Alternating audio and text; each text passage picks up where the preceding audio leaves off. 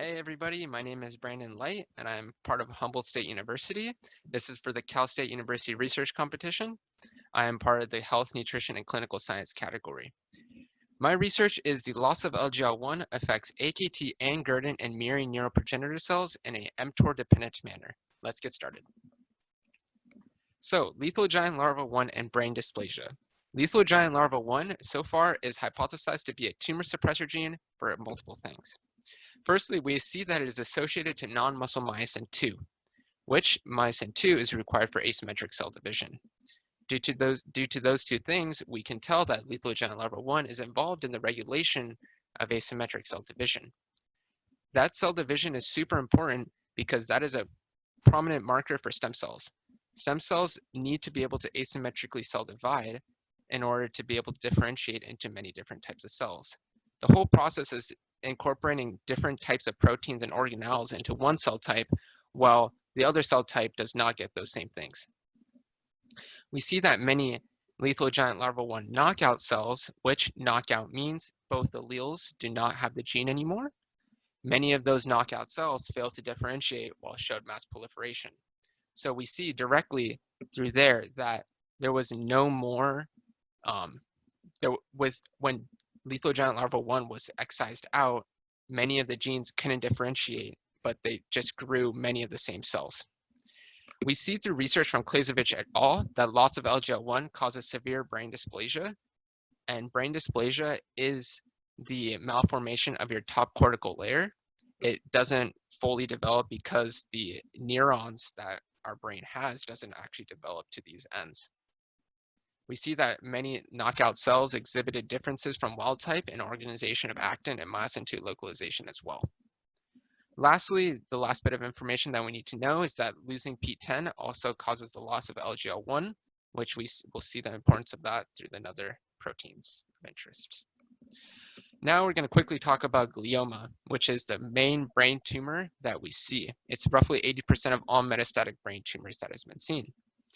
So far, glioblastoma is considered incurable, and that is due to many of the different types of brain cells that can develop into glioma. We see that neural stem cells, neurons, oligodendrocytes, and astrocytes can all develop into potential glioma. Now to talk about the other main proteins of interest, we're first going to talk about mTOR. mTOR has two complexes. It is a complex 1 and complex 2 type protein. Complex 1 is associated to 4-EBP1, which helps cause cell growth, which is very important for the cell cycle. We also see that mTOR complex 1 is associated to complex 2, which complex 2 phosphorylates another protein of interest, which is AKT. It phosphorylates AKT at serine 473. AKT is super important because it inhibits an inhibitor of mTOR, which of course, if you inhibit something that inhibits something else, it causes positive upregulation. Through that, AKT phosphorylates mTOR complex 1 at serine 2448. AKT is also very important because it is activated by receptor tyrosine kinases through the PIP phosphatidylainositol phosphate cascade. PIP2 is converted into PIP3 through PI3K, which is a protein that binds to the receptor tyrosine kinase. And then we also see that PIP3 will need to convert back into PIP2, which is done through PTEN. If we lose PTEN, which we saw causes a loss of LGL1, we can potentially see why this pathway is so important. We then later see that AKT is phosphorylated by PI3K at one of the same sites as mTOR complex 2, which is serine 473, but it also gets phosphorylated at 3-unine 308. AKT is super important because it helps with apoptosis, which is induced cell death of the cells. Now, the last protein of interest that we are going to talk about is Girdin. Girdin is phosphorylated by AKT at serine 416. When Girdin is phosphorylated, we see that it's associated to the actin of the migrating cells at the leading edge. We call that the lamellipodia. In the picture, we see that the blue is the nucleus, the green is the actin, and the red is the protein Girdin. We see that it's right at the edge of the cell, and that's exactly what we're looking for. Girdin is super important because it has two domains, which each domain binds either a G protein coupled receptor or a receptor tyrosine kinase. Both of these receptors are very common receptor types found on cell membranes, which have also been seen to cause but tumor metastasis. Previous research now done by Megan King helped lay the foundation of the research done now. She did a wound healing assay that helped determine migration ability, and she found that knockout cells, which is of course minus minus, had a larger percent change than wild type cells, which is plus plus. Whenever we say wild type cells, it means that both genes or both alleles still have the gene intact, or how it is normally, which normally it has the genes intact. The biggest difference that was seen was when mTOR is inhibited across wild type and knockout. We saw that the wild type cells had the smallest percent change across all treatment types, but still created the biggest difference from knockout. So now we are currently, due to her previous research that found that loss of LGL1 is associated with increased migration, we believe that there should be increased phosphorylation of Girdin in these knockout cells. To better understand how this is possible, we conducted an immunocytochemistry to see how this is done. Immunocytochemistry is a 6-step process. It is protein fixation, which is to cause the proteins to be in a state that the antibodies can bind, membrane permeabilization, which opens up the membranes to allow our reagents to enter, a blocking step, which incorporates a bunch of proteins to bind already present antibodies in the cell, antibody staining, so we can incorporate a primary antibody, which binds our protein of interest, and a secondary antibody, which binds our primary antibody and fluoresces at a certain wavelength of light. Phalloidin staining is super important for our sake, but isn't always necessary for ICC. It stains the actin, and we all have seen so far that LGL and Girdin are associated to actin. We then had to lastly mount the cells for microscopy. Now you may be wondering how the knockout cells are generated.